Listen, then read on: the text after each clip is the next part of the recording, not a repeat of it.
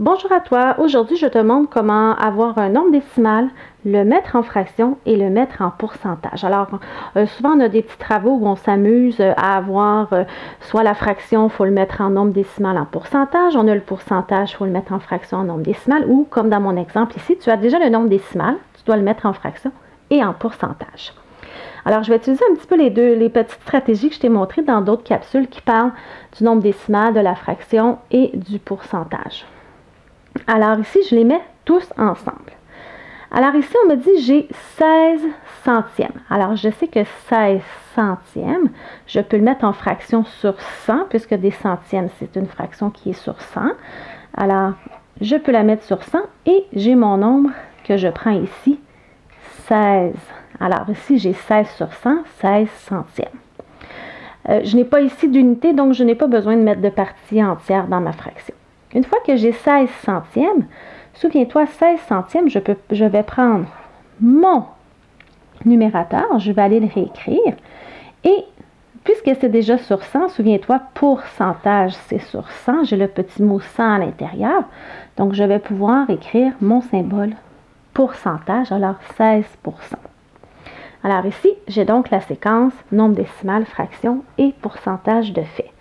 Tu vas voir, je vais faire encore 3 petits exemples avec toi en tableau, où là, c'est un tableau à trous et il faut remplir nos informations. Attention, j'ai mis des petites difficultés où il va falloir un peu plus travailler pour certaines fractions, nombres décimaux ou pourcentages. Alors ici, on me donne la fraction 4/25e. On me demande de la mettre en nombre décimal et en pourcentage. Mon problème, c'est que des 25e, je ne peux pas facilement le mettre en nombre décimal, puisque un nombre décimal, c'est des dixièmes, des centièmes, des millièmes. Et je ne peux pas facilement la mettre en pourcentage, puisque dans pourcent, on entend 100. Donc, il me faut une fraction sur 100. Ce que je vais faire, c'est que je vais aller travailler ma fraction équivalente. Alors, je vais prendre mon 4/25e. Je vais vouloir le mettre tout de suite sur 100. Alors, 25 fois combien égale 100? 25 fois 4. Alors, si je fais fois 4 à mon dénominateur, je vais faire fois 4 à mon numérateur. Ça va donc me donner 4 fois 4, 16. 16 centièmes. Alors, ma fraction ici, je peux la mettre en centièmes puisque j'ai trouvé grâce à la fraction équivalente. 16 centièmes, je sais que pour le mettre en pourcent, je vais utiliser le numérateur 16 et je vais écrire le symbole pourcentage. Alors, 16 sur 100 me donne donc 16%.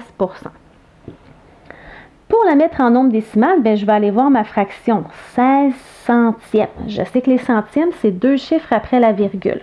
Alors, ce que je vais faire, c'est que je vais aller écrire mon nombre décimal. Je n'ai pas d'entier ici. Donc, j'ai 16 centièmes, 2 chiffres après la virgule. J'ai donc mon nombre décimal. Je continue, je vais aller voir le deuxième. Ici, on a les pourcentages. Alors, 15%. Souviens-toi, mon 15 ici représente le numérateur. Et mon symbole pourcentage, c'est pour dire sur 100%. Alors, je suis capable, quand même rapidement, de me la mettre en fraction. Ça va me donner 15 centièmes. Lorsque tu entends 15 centièmes, tu devrais déjà avoir dans ta tête une idée du nombre décimal. 15 centièmes, je sais que c'est 2 chiffres après la virgule, les centièmes. Je n'ai pas de partie entière, donc j'ai 0 unité. Je vais prendre mon 15 centièmes. C'est les dixièmes, les centièmes. Alors, mon 15 centièmes, 2 chiffres après la virgule. J'ai donc ici mon nombre décimal. Finalement, ici, j'ai 6 dixièmes. Alors, 6 dixièmes, je vais le mettre en fraction. Alors, des dixièmes, je sais que c'est une fraction qui est sur 10. Alors, je vais prendre mon 6 ici et je vais le mettre en dixièmes. Donc, sur 10, 6 dixièmes. Tu vas voir, je vais utiliser la fraction équivalente pour me la transformer tout de suite en centièmes. Ça va m'aider pour mon pourcentage. Alors, j'ai 6 dixièmes. Moi, je veux le mettre sur 100 pour pouvoir m'aider ensuite en pourcentage. Alors, je sais que 10 fois 10 me donne 100. Donc, je vais aussi faire fois 10 à mon numérateur. 6 fois 10 me donne 60 centièmes. Je vais aller me l'écrire ici. À partir de ma fraction sur 100, je vais être capable immédiatement de la transformer en pourcentage.